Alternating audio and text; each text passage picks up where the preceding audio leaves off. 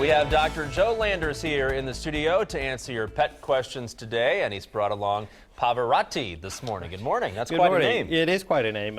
We were discussing, I believe that's a double word score with Words with Friends. So and I know not a lot about this cat, but he is a little pal cat. He's really cute. He is about 11 weeks old. He's a very long-haired little cat. It's unusual to have kittens this time of year because they usually don't start cycling until really about a week or two ago. So okay. this is unusual. So, but he's here and he's ready for adoption. Nice little guy. A little nervous. His first time out of the house here. Yeah. So he's a little bit nervous, but he sure is a cutie. So very cute, and we'll tell you how to adopt him in just a moment.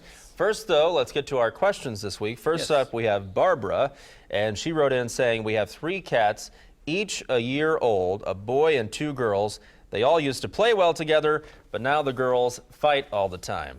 Yes. We know about that, don't we, Dr. Joe? Absolutely. Absolutely. What can she do to get these girls to like each other again? Most of the time, I will tell people that, cats are nomadic by nature. They don't really like to pack up. They don't like to necessarily be in groups. So sometimes something happens and they don't like each other. And it can be very hard to tell. They are very good about body language, and we can't even read some of the deals. I mean, he's actually doing some little bit of body language here because he's kind of nervous, and that's why I'm kind of petting him like this.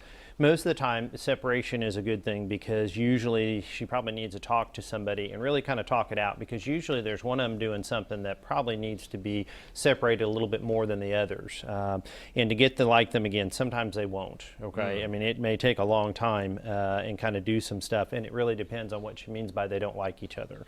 Usually young cats will kind of play, and sometimes they play rough, and one of them gets beat up a lot because it doesn't play as much as the other. A lot of times that's okay. It's not bad necessarily. So they may not be getting, they may not be getting along for a double negative there. Right, right. All right, let's try to get to one more question here. We have Shelly. She wrote in saying, I have a 5-month-old mixed puppy. He weighs 33 pounds, and I have a 2-year-old cat. Our puppy sees our cat as his new personal chew toy.